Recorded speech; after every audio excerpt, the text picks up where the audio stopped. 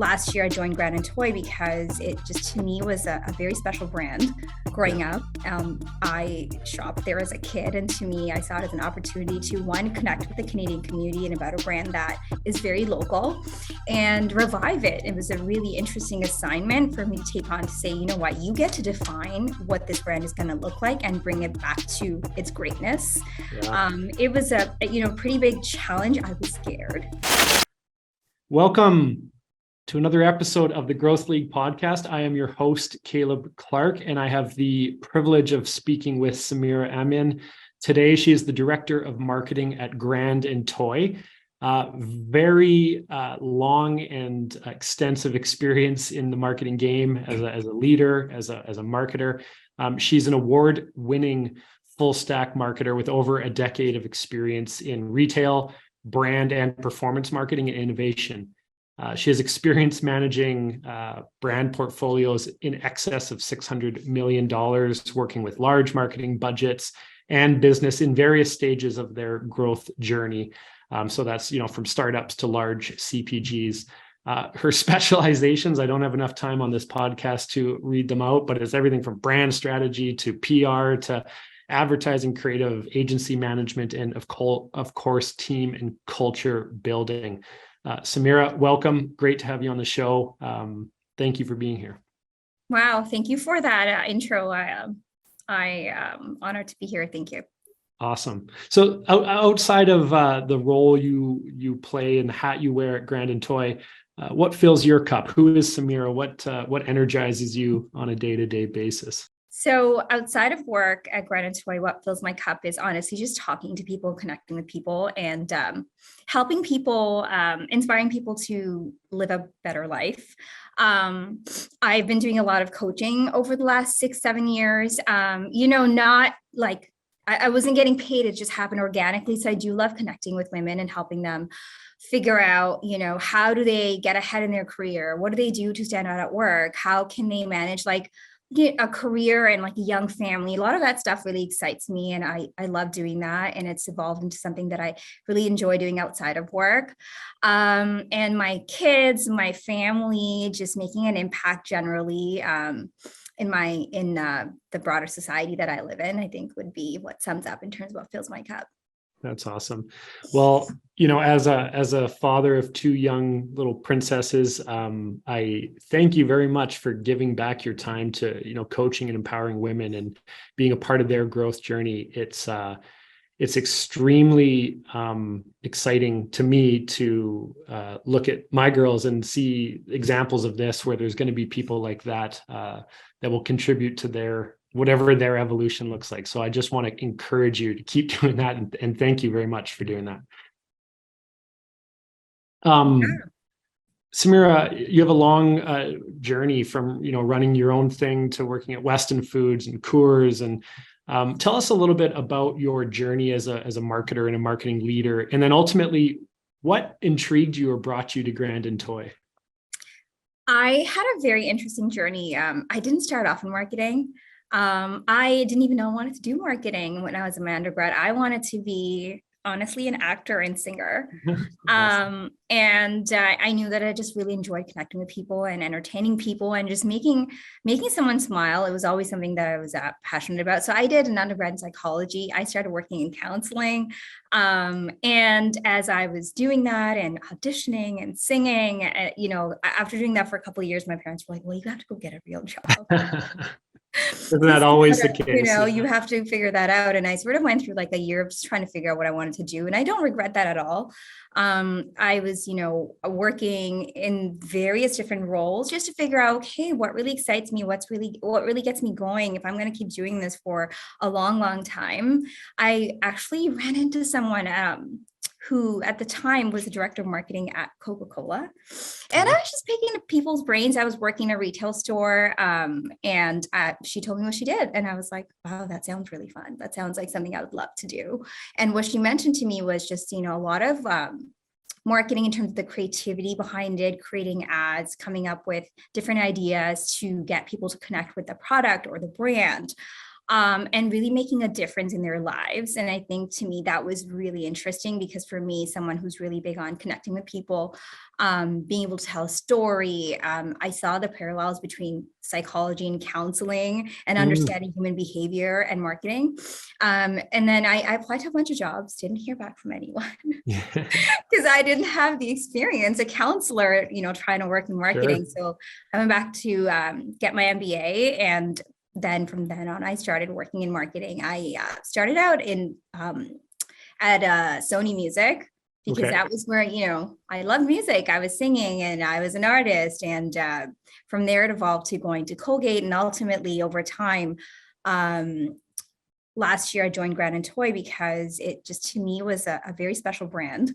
Growing up, I shopped there as a kid. And to me, I saw it as an opportunity to, one, connect with the Canadian community and about a brand that is very local and revive it. It was a really interesting assignment for me to take on, to say, you know what, you get to define what this brand is going to look like and bring it back to its greatness. It was a pretty big challenge. I was scared. I was like, I don't know if I can do this. If you're not scared, you're not doing the right thing, right? Yeah. And then I was like, and I was talking to my partner about it, and he said, if you're scared, it's a good thing. You should probably do it. If you're comfortable, it's probably not where you want to be for too long. Like, I think it's okay to get comfortable for a bit, but if something like this comes around and it's not defined for you, and it's something that's like, you don't know what it could be, I think I'm someone who wants to figure that out. And I'm glad I did. It's been a great assignment so far. What's keeping you there? What are some of the things that you're like, man, this job's just so fulfilling? Is it team? Is it mission, a combination? Yeah, you know what? I think it's a combination of two things. I think number one is the mission.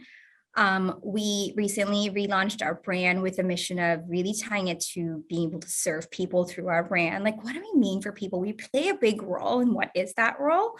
Right. And so we relaunched the brand as a brand that gives work life. And it's really about putting people at the forefront of work and really thinking about the products and services that companies like ours offer, with really talking to the people and about helping them. And so the language is very different about how we talk about Grand & Toy. So that's been really exciting to be able to reposition our brand in such a relevant way in a time post-COVID, where people talk about work in such a different way. We want it to be a part of that real conversation. Second, I have never met such an incredible group of people in one place. And I will, talk a little bit more about this because I've been someone who's worked in many organizations here in Canada, but I think Grand & Toy is really special. People are just really humble. They're really smart, but really humble. And a lot of them have been here. This is a company where they have such long tenure. I've never seen a place where so many people have been here for more than 20 years. And you have a mix of really great people that have been here for a long time. And you have this mix of new people that join the organization to get behind this mission, to reintroduce Grand & Toy and bring it back to what it used to be, or even better. So I think the combination of two, that the kindness and the Canadianness of the people that are here is really, really wonderful combination of those two. That's really cool. As amazing as Grand & Toy sounds, be honest, if a major motion picture is shooting in Toronto and they call you up out of nowhere, are you out of there? I don't know. I might be. Yeah. Interesting. I might do that. Yeah. Wouldn't turn that down. Why, we talk about businesses having an opportunity, if they so choose to take it, to be about something more than, in this case, selling pencils and TI-83 calculators and that kind of thing. But in your opinion, why is Grand & Toy the best option for the functional needs from a product or service standpoint that your customer segments are looking for, as compared to other options they have available to them? I think from a very functional lens, we have an incredible breadth of offering that is unlike other competition we know. And I'll tell you why we have this is because it sounds so cliche, and I know not a lot of customers care, but we've been at this for 140 years. When we say we know the category, we know the category. We know what you need. If you tell us you're a startup law firm in downtown Toronto, we know and understand that business because we've served businesses like that for so long that we'll know exactly how to service your business and we'll know how to do it very quickly. We own all of it. Our supply chain, our business, all of our partnerships are so strong. So I think we can service you in a very different way than anybody else. So I think it's a combination of just the breadth of products that we can offer and also the experience to be able to service your team. We can do that for a really small business and we can do that for a very large business. So I think that's really special about Granite Toy is that we can do that and we're so adaptable. Yeah. And the other thing that a lot of people don't know about Granite Toy is that we've been an e-commerce business before e-commerce was an e-commerce thing. So we were up and running and had our e-commerce platform that was homegrown and home built before Amazon even came around. So we just have a tremendous experience and expertise in this area. So that just enables us to be able to do business in a very different way than other businesses.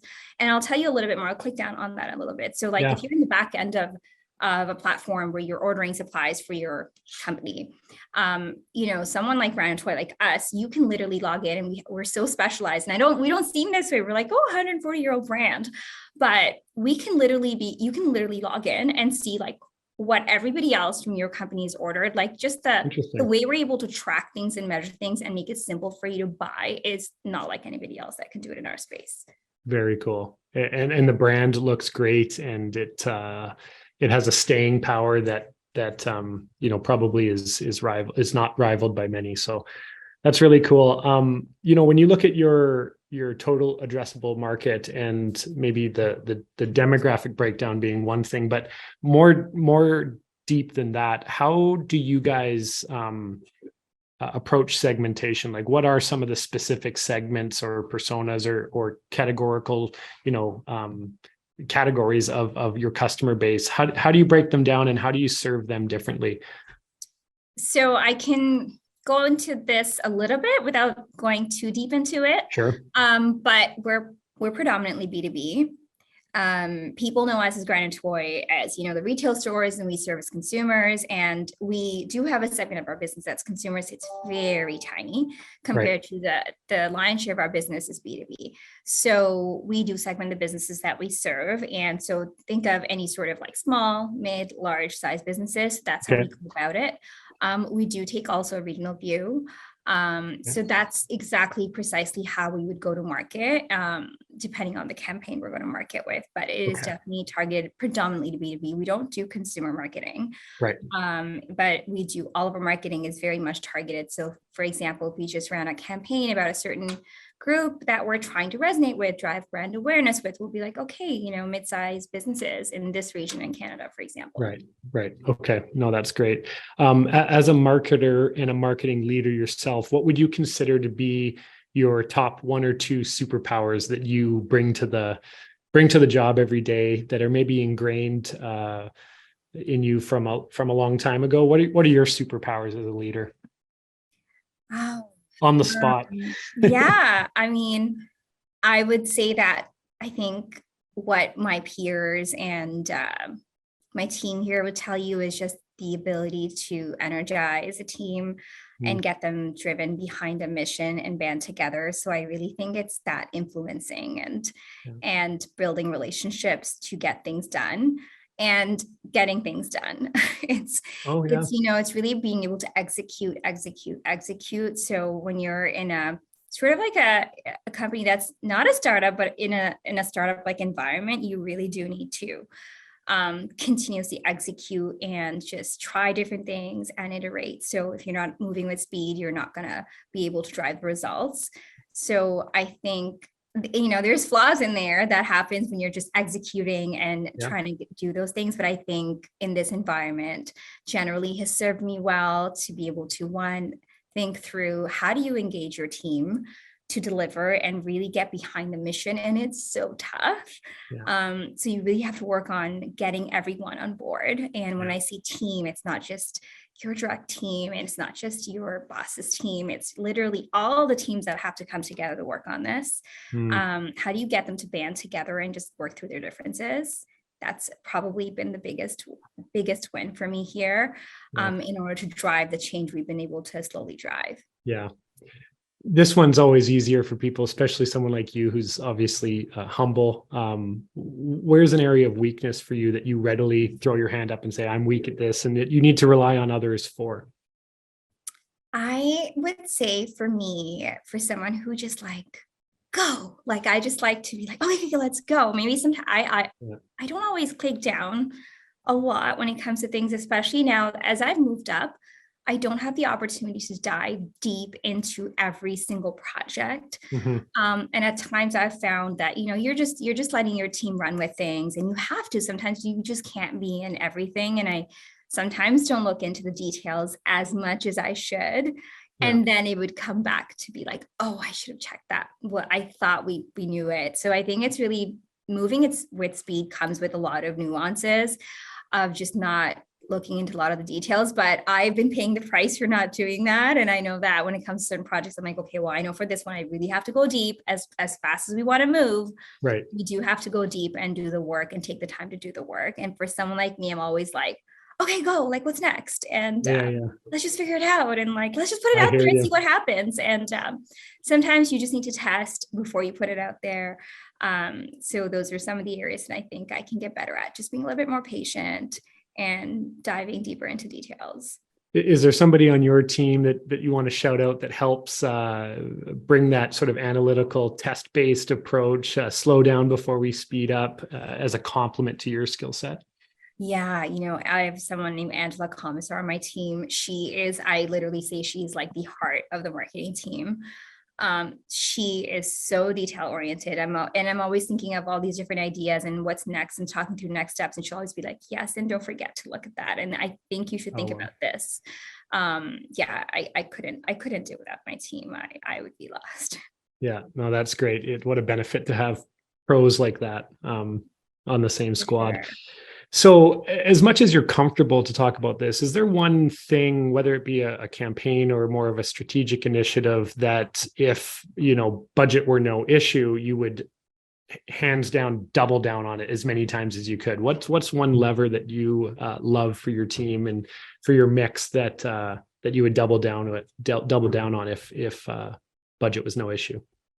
Oh, so many. It's such a dream question.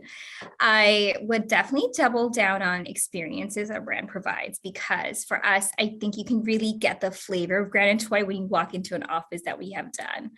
Right. I really think people don't understand the extent of what we can do. So if we could really double down on experiential and PR and just give people a flavor of Grand and Toy. We've had some really great ideas shared, and I was like, oh my God, I want to do this so bad. And some of these ideas are still on the table. Yeah. And it's really about just giving people the right experiences. And again, like for us, we're in that space of work, and Right. work is such an experience, either good or bad. Yeah. And if we can play a role for you to give you a better experience, even if it's a day, even if it's like you're a remote worker, and maybe is there a way for us to bring people together, or maybe Mhm. there's a location where people work that they just don't love traveling to. Yeah. Can Grand and Toy play a role in making that experience better?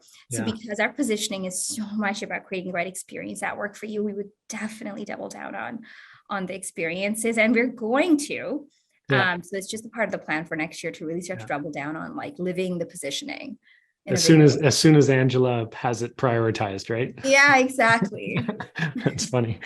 On the other side of the coin, if you had a magic wand and you could fix or dramatically improve one area, what would that be? So in terms of the In work that terms we of do, the marketing initiatives or the mix or the strategy that you deploy, again, as much as you're comfortable sharing. yeah. In terms of fixing what we're working on, we're trying a lot of new things right now. And I would love for us to be able to kick off some ABM work. We've Mm. done it before in the past, and it's not so much of a fix as it is to start Yeah. again. Yeah. So the priority this year was not so much account-based marketing, which for our business is just so critical Yeah. and drives the most ROI. But for us, it was really about, okay, but the most important thing right now for us is to reestablish the brand again, And so that's what we've been doing. And there's only so many things your team can do at the same time. Yeah. And so the focus this year is to really make sure we get that brand awareness and the brand health up. And then next year we would be thinking to deploy a lot more specific tactics to drive revenue and profits. Cool. On the topic of team, let's talk about the team now. Like, how's the team constructed? What are the ways you approach empowering and motivating and creating strategic alignment? Let's talk about the team and that structure now. Yeah, our team is structured in a way where we have one group that is responsible for brand, integrated comms, social content, email, which is a really big priority for us. And then we also have a creative services team that we do a lot of in-house work. Yeah. So that is a part of my team. And then the other team, so really 3 major teams. And then there's many teams within those teams, right, that each of the leaders lead. The last team is customer marketing, demand generation. It's really the fun stuff it's more sort of, I think of like, 2024 work, but in year we're doing some really small things. But, if you're thinking about demand generation in a big way, if you're thinking about account-based marketing in a big way, that's the work that they're doing. And also partnerships rolls into that team as well. So we do a lot of partnerships, and being an e-com platform that gets more than 500,000 visits a month, partnerships play a big role in driving our bottom line. So that team leads that function as well. And then for you, what's been your established approach for creating togetherness and empowering and motivating and keeping everyone's eye on the prize of whatever that is? What's your mandate and role within that? Yeah, my mandate and role when I came in 9 months ago was to honestly get this team to feel more connected to each other, get each of the groups within marketing working more closely with each other and feeling like one team versus silos, and just getting them energized and excited about working on what we're working on. So that was really my first mandate. I'm really happy to say that today our team is just, and if I can talk like this, vibing. Yes, you can. People are I know that's not really how people speak in business, but I'm pretty casual, if you can tell, in how I speak about things. But our team it really does feel like we're one team operating as like one person. And I was just having a hallway conversation and somebody just taught me to say like, your team's vibe is just completely different. I was like, thank you. It's like the best compliment I could have. Awesome. And I think the way we were able to do that was, one, there was a lot of changes that I made in terms of how the team was structured and who sort of worked in what role and how the reporting structures, we sort of made things a little bit flatter, just so people felt a lot more access. They had a lot more access to me and just us working directly together as one flat team. And that you didn't need to go through your manager to talk to me. You didn't need to go through 2 other people to get something in front of me. We have a huddle every Monday where everyone is on that call. So not just my directs. And I found that really helped. And we always do something where we always talk about like, let's address the elephant in the room. Like, let's just talk about things that's on somebody's mind, but you're afraid to speak about. And I've been doing this from the day I started. It was very difficult at first. It was like crickets and people were not saying anything. Yeah. But today, anything is fair game. Like people talk about all kinds of things that's on their mind.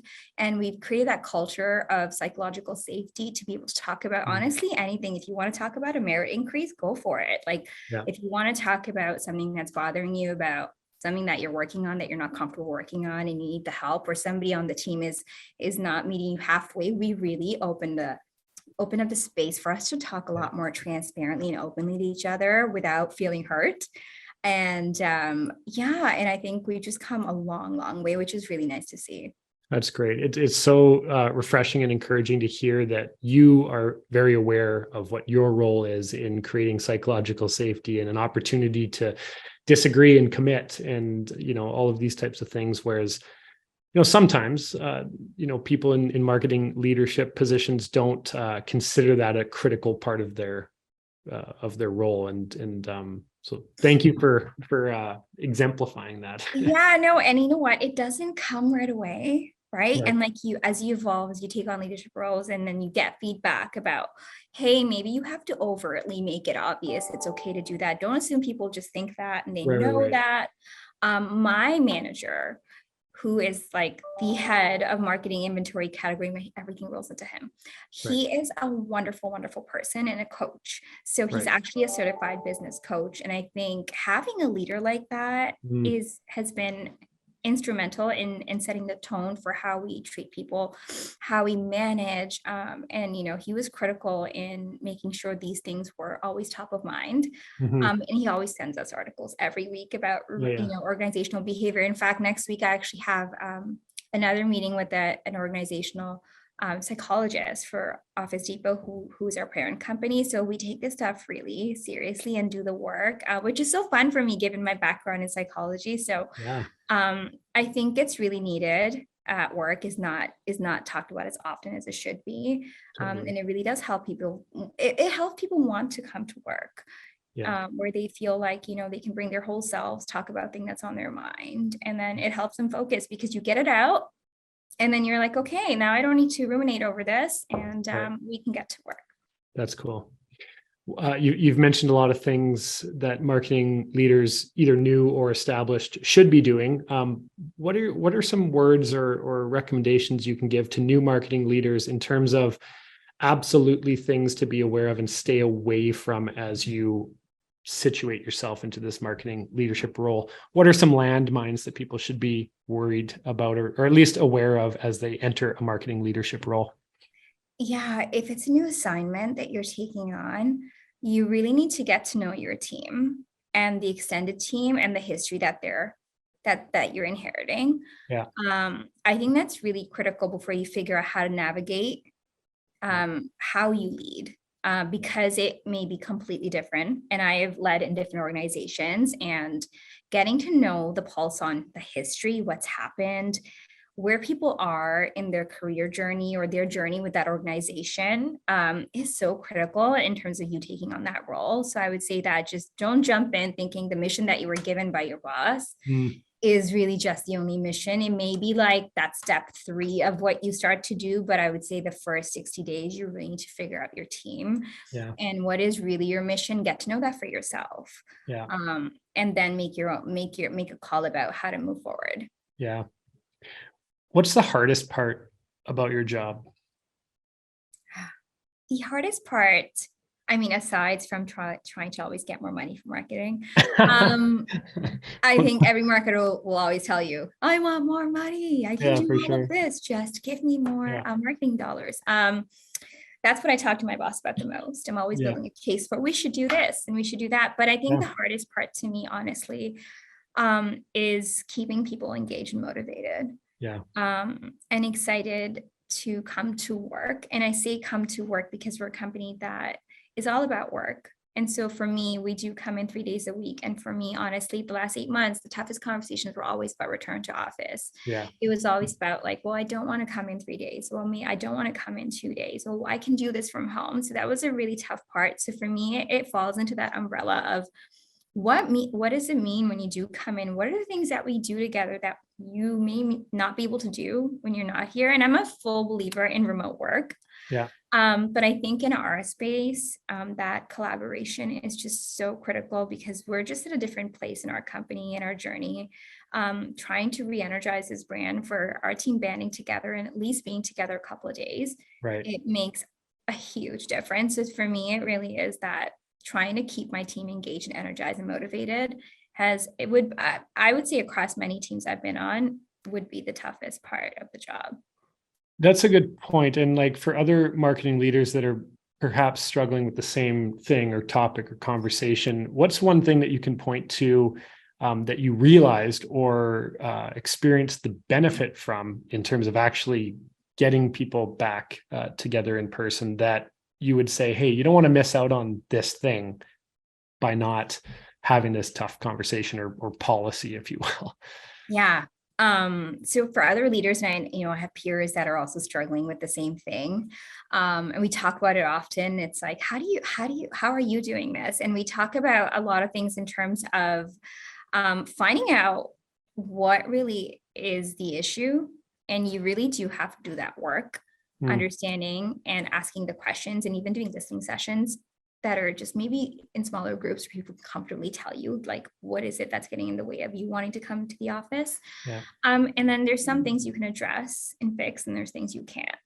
And for people that you can, maybe if somebody lives really far away, and it may be accommodating for them to come in and start at a time where they are able to beat that traffic and not drive for an hour and a half or 2 hours. I think those things have made a huge difference on our team.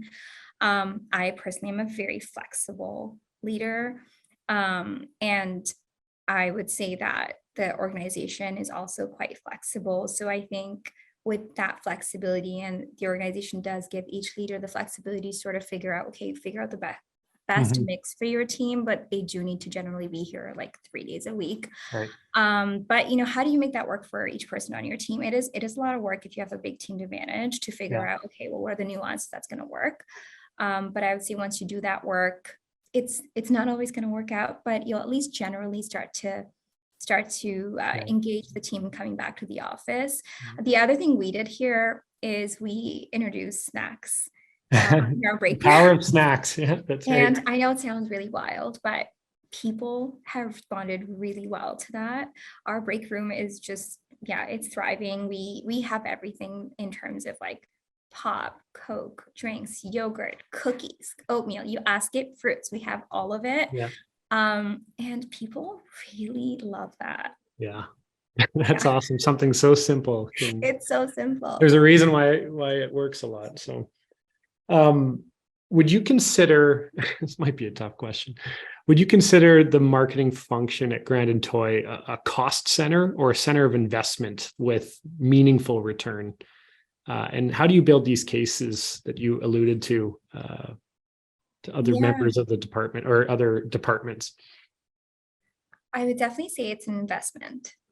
And the way we're approaching it is definitely an investment, and all the business cases that we are putting forward is with that framework, and we're always showing an ROI on the investment. And in fact, every single thing we do, we have to show an ROI. So I would say that, yes, some people can think of it as a cost center, but I don't see it that way, and the organization doesn't treat it that way either. How do you facilitate an integration of the marketing function or department into other areas of the organization, other departments, other C-suite? How do you give marketing the spot at the table it deserves? Yeah, it's something I've been really passionate about, because when I first started, I was told that, not only are you building the brand of Grand & Toy outside, marketing outside the doors of Grand & Toy, but you're also building that internal brand of what marketing does, and just making sure people here are just as excited about what we do here. And it was really important to get that little nudge to be like, don't forget about the internal brand building, which you can easily forget at times. And I think the way we've done it is honestly get really close to sales, get really close to our partners, talk a lot more often, have a lot more meetings where we're sharing out what we're doing before you even see it out there, you're seeing here. And we also share work before that's even completed to get feedback from departments that generally previously didn't get to chime in on things, which has been really refreshing. So I think that's one way to really re-engage an entire organization of our size. And I'm not going to say like every department gets to work with us closely. I'd love that, I think, but we're starting to really make sure the different teams are getting to work a lot more closely with marketing. That's great. As often as possible.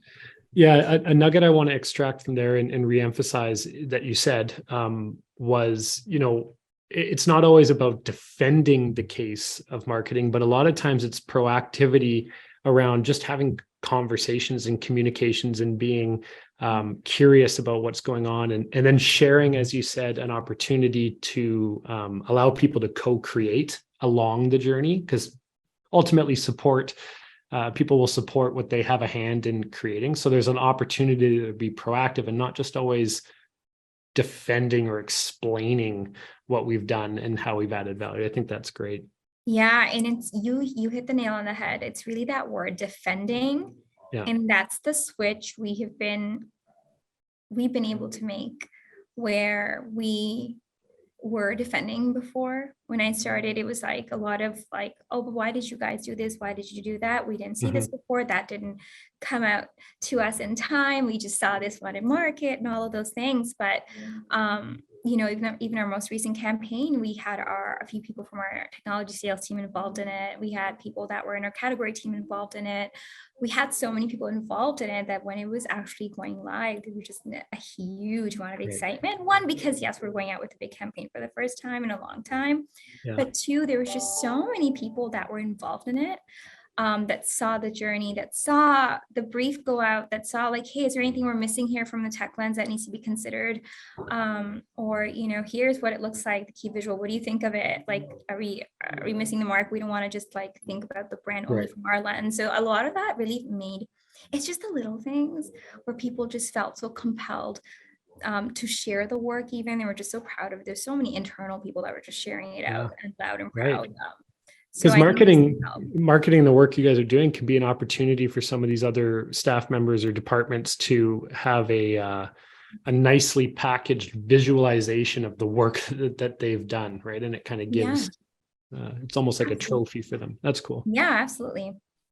Conflict and disagreements and frustrations between members of your team. What's been your approach established over time in terms of maybe pulling on some of your psychology background?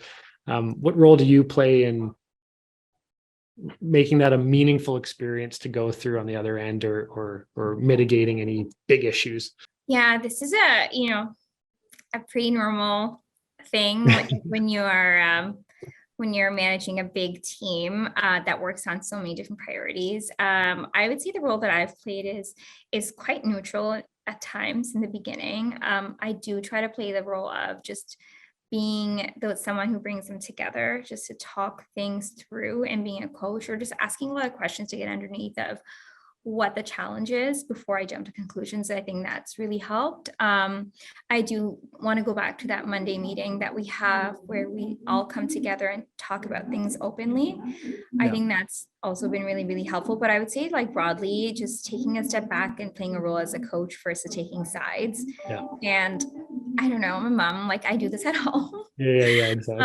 I have two boys, and like they're that age where it's always like one thing or the next. Not that this is like stuff that you see at home, but a lot of the same sort of challenges where you don't want to step in and solve the problem. You sort of want to just facilitate and uncover and help people feel comfortable talking to each other.